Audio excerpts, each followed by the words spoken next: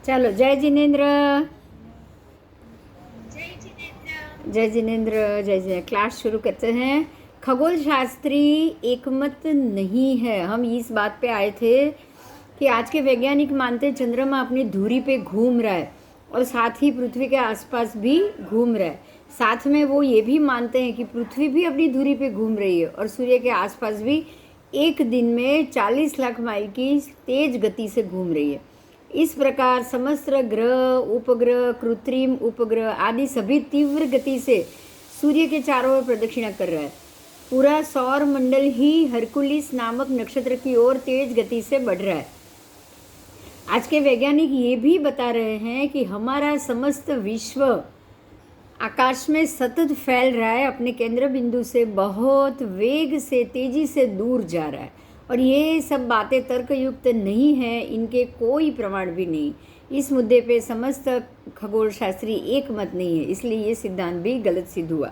देखो आजकल जो साइंटिस्ट कह रहे हैं ना, एक समझने की बात, उनका कहना ये है कि मंगल पृथ्वी के और करीब आ रहा है, और अगर सब ग्रह पृथ्वी के करीब आ रहा है तो मंगल अपनी गति से नज़दीक, पृथ्वी के नज़दीक आएगा तो सूर्य से नज़दीक आएगा। लेकिन अगर बुध और शुक्र भी अगर पृथ्वी के नज़दीक आएंगे ना तो सूर्य से दूर जाएंगे।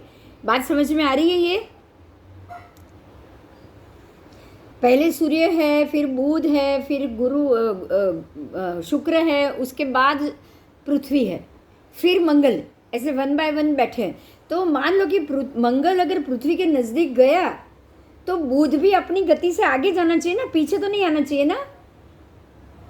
तो पृथ्वी के नज़दीक सभी ग्रह आ रहे, तो बुध पृथ्वी के नज़दीक आ रहा है मतलब सूर्य से दूर जा रहा है। मंगल पृथ्वी के नज़दीक आ रहा है मतलब सूर्य के नज़दीक आ रहा है। तो ये तो उल्टा हो गया ना,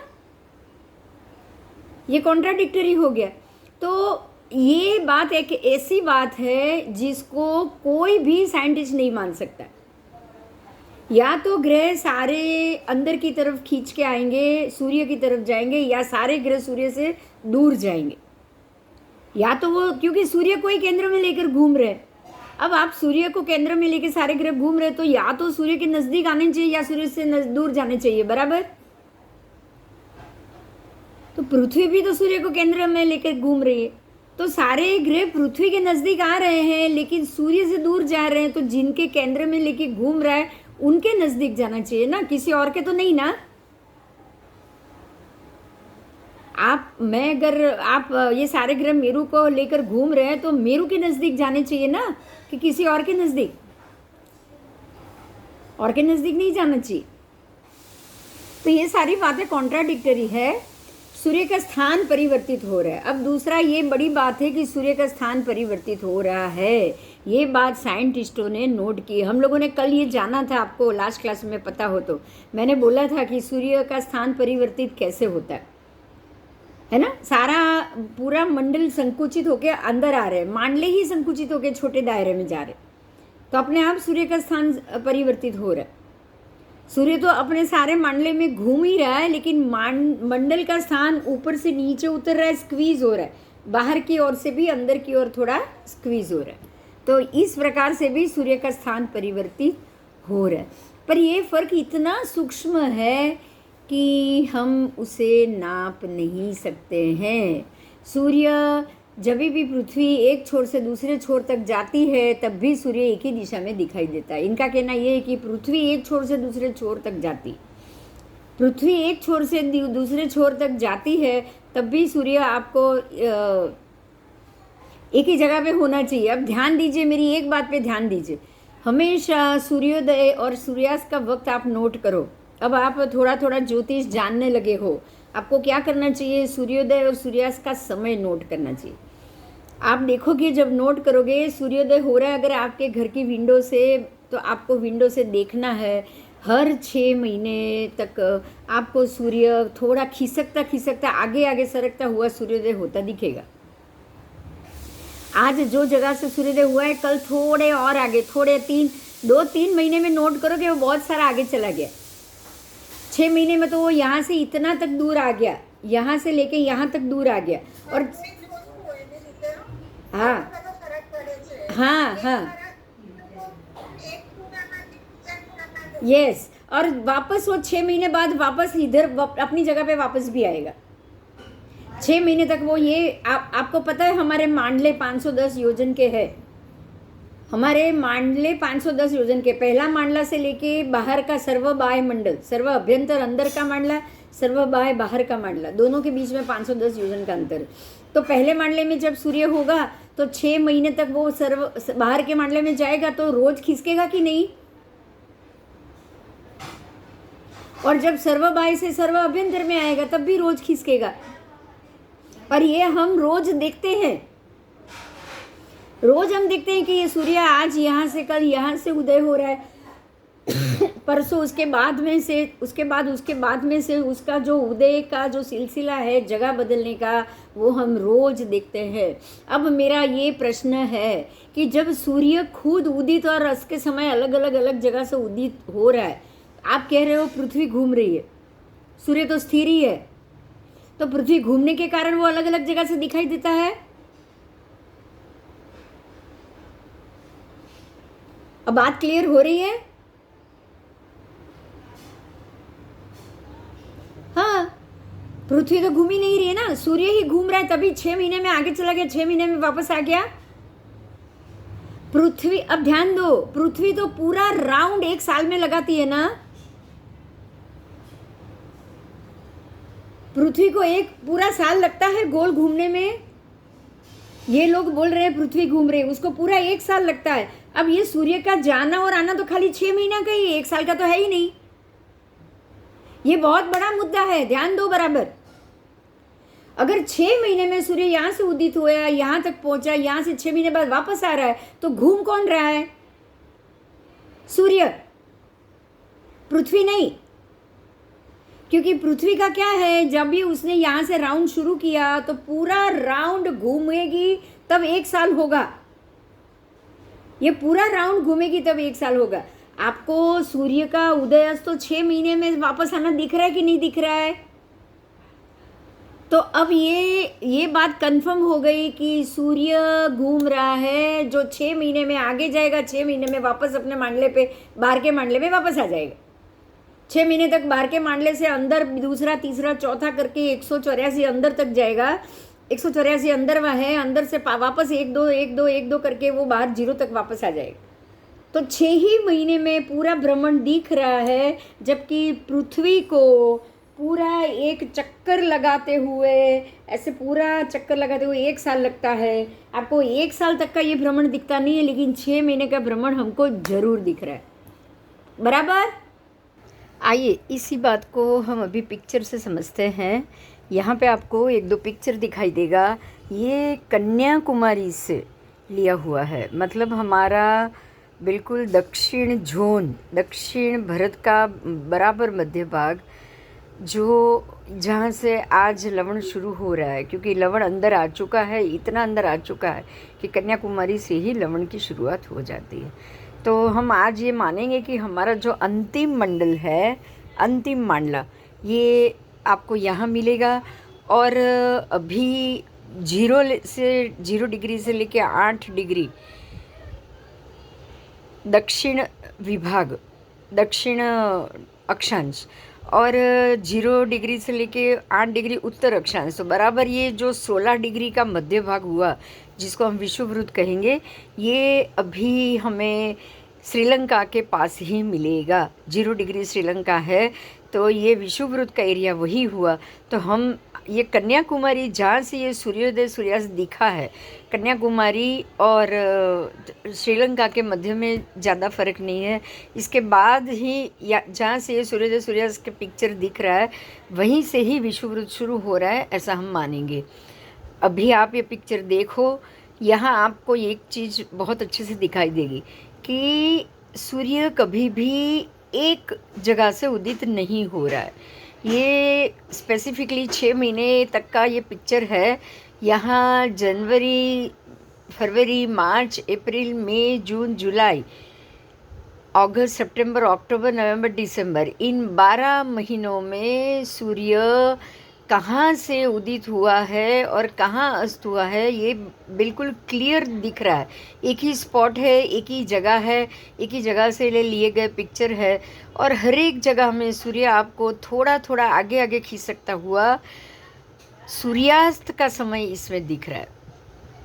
तो यही बात है जो हमारे सर्व अभ्यंतर मंडल और सर्व बाह्य मंडल, जब सूर्य सर्व बाह्य मंडल में होता है, ध्यान दीजिएगा, जब सूर्य सर्व बाह्य मंडल पे होता है तब वो अभिजीत नक्षत्र में होता है। मतलब कि ये हमारी आज की तारीख के हिसाब से जब ये 14 जनवरी मकर संक्रांति प्रवेश जब आता है, उसी को ही हमारे ये शास्त्र के हिसाब से सर्व बाह्य मंडल में सूर्य का आना उसे हम मानेंगे, जिसे दक्षिणायन प्रारंभ कहा गया है। सॉरी, इसे उत्तरायण प्रारंभ कहा गया है, क्योंकि अब सूर्य उत्तरायण प्रारंभ करेगा और अब वो दक्षिणायन को छोड़ता हुआ उत्तरायण की तरफ जाएगा। इसीलिए यहाँ पे अभिजीत नक्षत्र में सूर्य मिलेगा, और यहाँ से अब उसका अंतिम मंडल से लेके पहले मंडल तक के 6 महीने, मतलब कि जनवरी, फरवरी, मार्च, अप्रैल, मई, जून, बराबर 6 महीने तक सूर्य सर्व बाह्य मंडल से सर्व अभ्यंतर मंडल पर खिसकता हुआ जाएगा।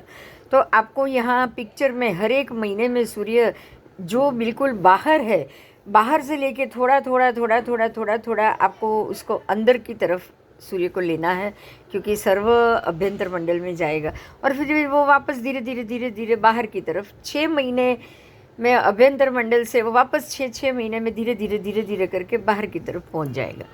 तो सूर्य का जो 6 महीने तक अपनी जगह से बिल्कुल अंदर की तरफ होके उदित होना और 6 महीने बाद वापस धीरे धीरे बाहर बाहर बाहर जाते जाते अस्त होना, यही बात उदित और अस्त दोनों समय दिखाई देगी। उदित वो जिस जगह से उदित होगा, अगर बाहर से उदित हो रहा है तो बाहर ही अस्त होगा, और अगर वो अंदर की जगह से उदित हो रहा है तो अंदर की जगह अस्त होगा। इस प्रकार से पूर्व पश्चिम दोनों दिशा में सूर्य एक जगह से कभी उदित नहीं होता। ये बात इन फोटोग्राफ में साबित हो रही है, और ये पहले के समय में जब वेदांत ज्योतिष और हमारे आगमों में दोनों में इसी बात को दर्शाया गया है, और आप इसी बात को लेकर इन पिक्चरों में ये व्यवस्था जरूर देख पाएंगे। बराबर। तो अब ये मुद्दे से भी क्लियर हो गया कि सूर्य घूम रहा है, पृथ्वी नहीं। आओ आगे दिखेंगे। भूमध्य रेखा के दक्षिण में 45 अंश ऊपर यदि हम चले जाए तो हमें मध्याह्न का सूर्य आकाश में उत्तर दिशा में दिखाई देता है, और उत्तर में 45 अंश पर सूर्य आकाश में दक्षिण दिशा में दिखाई देता है। उत्तर में, उत्तर अक्षांश में हमारी परछाई उत्तर दिशा में, ये भी कल हो गया। आप उत्तर अक्षांश में हो, उत्तर दिशा में हो, तो आपकी परछाई कहाँ दिखेगी? उत्तर दिशा की तरफ। आप दक्षिण दिशा में हो तो आपकी परछाई दक्षिण दिशा तरफ जाती हुई दिखेगी। क्यों? क्योंकि सूर्य का मांडला मध्य में है। सूर्य का मांडला मध्य में, आप पीछे तक भी जा सकते हो। मांडला स्क्वीज होके अंदर आ चुका है, ये कंफर्म है। यही बात हमें समझा रही है कि मांडले स्क्वीज होके थोड़े अंदर आ चुके हैं, और बाहर लवण का एरिया भी अंदर आ चुका है, लवण भी पानी अंदर आ चुका है, फिर भी आप बाहर जा सकते हो। इसीलिए आपको दक्षिण में जब में आप खड़े रहोगे तो आपकी परछाई दक्षिण में गिरेगी। ठीक है, चलो आगे चलते हैं। सूर्य और पृथ्वी के बीच की दूरी। सूर्य और पृथ्वी के बीच की दूरी का मुद्दा खगोल शास्त्रियों के लिए सदैव विवादास्पद रहा है, क्योंकि ये दोनों की दूरी हमेशा उन्होंने विवाद ही दिया है। सूर्य और पृथ्वी के बीच की अनुमानित दूरी में फर्क आ जाए तो सब कुछ बदल जाता है। देखो, एक बात मैं समझाती हूँ। साइंटिस्ट ने तो यहाँ तक कह दिया है कि सूर्य पृथ्वी से 109 गुना बड़ा है। कितना? 109 गुना बड़ा है। अब आपको यहाँ ये समझना है, अगर 109 गुना बड़ा होता तो सूर्योदय सूर्यास्त की जरूरत पड़ती? सूर्य हमेशा दिखाई देता कि नहीं? 109 गुना जब बड़ी कोई चीज हो तो उसका प्रकाश कभी भी ढक सकता है? मतलब पहली तो बात ही है कि सूर्य पृथ्वी से 109 गुना बड़ा है ही नहीं। अगर मैं छोटी हूं और 109 गुनी बड़ी व्यक्ति मेरे सामने आ जाए तो मैं तो किसी एंगल से दिखूंगी ही नहीं। तो ये तो 109 गुना बड़ा है, ये भी बात हम्बग हो गई। अगर सूर्य 109 गुना बड़ा हो ना तो कभी भी सूर्यास्त ना हो पृथ्वी से।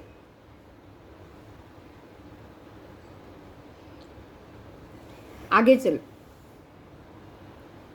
यदि सूर्य और पृथ्वी के बीच की अनुमानित दूरी में फर्क आ जाए तो सब कुछ बदल जाता है। आधुनिक वैज्ञानिक सूर्य और पृथ्वी के बीच 30 लाख माइल से 10.40 करोड़ माइल तक की दूरी के आंकड़े प्रस्तुत करते हैं। कहाँ 30 लाख और कहाँ 10 करोड़। मतलब कोई एक आंकड़ा तो है ही नहीं, कहाँ 30 लाख है और कहाँ 10 करोड़ है। ये तो हो गया कुछ भी बोल रहे हैं।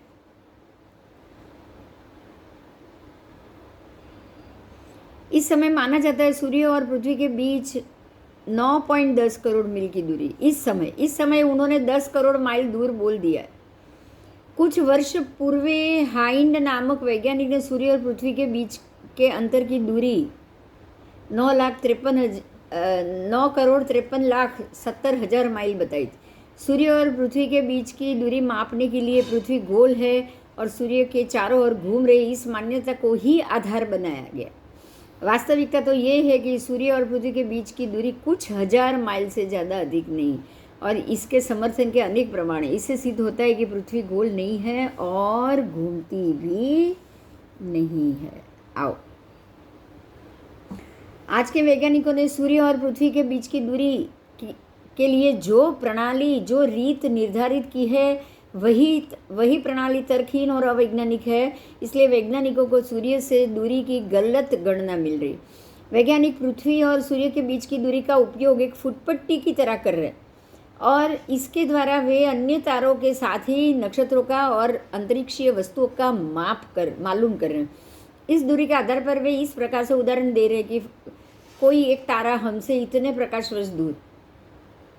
सूर्य की दूरी मालूम करने के लिए जो आधार अपनाया गया है वो गलत है। इस गलत आधार का उपयोग कर अन्य अंतरिक्षीय पदार्थों की जो दूरी मालूम की गई है वो भी गलत।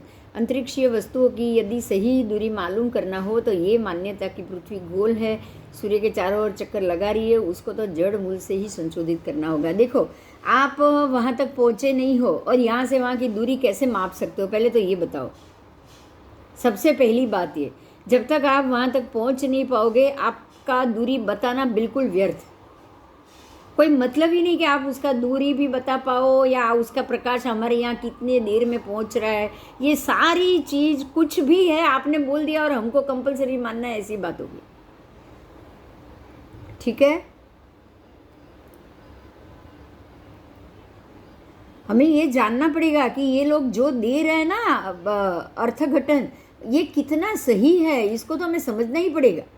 अगर नहीं समझोगे तो ऐसे ही उनकी बातें मान ली, नहीं मान रहे हो तो भी कारण देना पड़ेगा। अगर आप नहीं मान रहे हो तो उसका जवाब देना पड़ेगा। आज के वैज्ञानिक का कहना है पृथ्वी को गोल घूमती हुई मान के वर्षों बाद होने वाले सूर्य और चंद्र ग्रहणों की सचोट पूर्व सूचनाएं दे सकते हैं, जबकि हकीकत यह है कि ग्रहण की सचोट आगाही नियमित अवलोकनों और गणित के आधार पर भी की जा सकती। अब ग्रहण की सीधी बात है, बहुत सिंपल लॉजिक है। जो राहु ग्रह है उसकी गति आपको देखनी है। वो जब भी राहु की राशि में जब भी सूर्य और चंद्र जाएंगे उसके आसपास जो भी पूनम या अमास, पूनम होगी तो चंद्र ग्रहण होगा, सूर्य होगा तो सूर्य ग्रहण होगा, अमास होगी तो सूर्य ग्रहण होगा। बहुत सिंपल लॉजिक।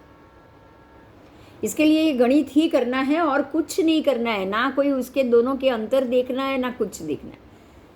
तो ये क्योंकि ग्रहण ही कौन कर रहा है, राहु कर रहा है। सूर्य ग्रहण चंद्र ग्रहण राहु कर रहा है, तो जब सूर्य उसकी राशि में जाएंगे तभी हो पाएगा ना, नहीं तो कैसे हो पाएगा। आज के तारीख में 6 महीने में सूर्य राहु की राशि में होगा तो बराबर 6 महीने में केतु की राशि में पहुंचेगा। तो आज के तारीख में जघन्य ग्रहण कम से कम 6 महीने के अंदर तो होगा ही होगा।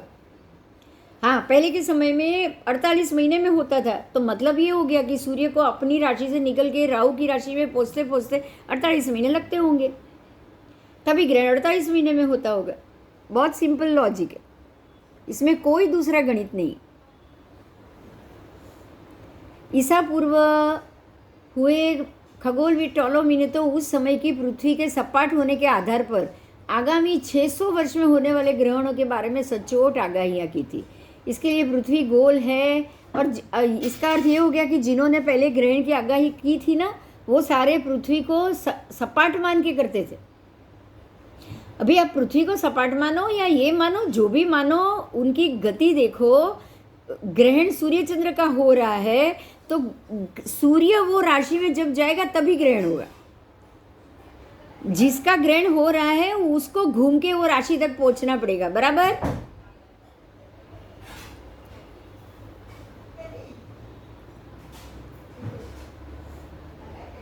इस प्रकार की विचित्र कल्पनाओं को करने की उसमें जरूरत ही नहीं थी, लेकिन वास्तविकता ये है कि सूर्य और चंद्रमा के ग्रहणों के बारे में पुराने समय में यूरोप और भारत के खगोल शास्त्रियों ने जो विवरण एकत्रित किए थे, उन्हीं के आधार पर ही आज के वैज्ञानिक ग्रहणों के बारे में सचोट आगाहियाँ कर रही है, और इससे सिद्ध होता है कि पृथ्वी सपाट है। देखो, ये ग्रहण के लिए तो शास्त्र में भी बहुत सिंपल गणित बताया है, और शास्त्र ने हमेशा पृथ्वी को सपाट माना है, क्योंकि ग्रहण का कारण पृथ्वी बिल्कुल नहीं है। ध्यान देना ये बात पे, ग्रहण का कारण तो पृथ्वी है ही नहीं। पृथ्वी आकाश में हो तो ग्रहण होगा, पृथ्वी जमीन पे हो तो ग्रहण होगा, ऐसी कोई बात नहीं। ग्रहण का बहुत सिंपल लॉजिक है। जैसे बाकी के ग्रह, शनि एक राशि में 30 महीने रहता है, 30 साल रहता है। गुरु एक राशि में 13 महीना रहता है। हर एक ग्रह अपनी अपनी गति के अनुसार एक एक राशि में कुछ कुछ फिक्स समय तक रहता है। बराबर इसी तरह से सूर्य चंद्र भी हर एक राशि में कुछ समय तक रहता है। तो जो राशि में राहु है, उसी राशि में अगर सूर्य आएगा तो ही सूर्य ग्रहण होगा, और चंद्र ग्रहण भी होगा, बाकी नहीं होगा।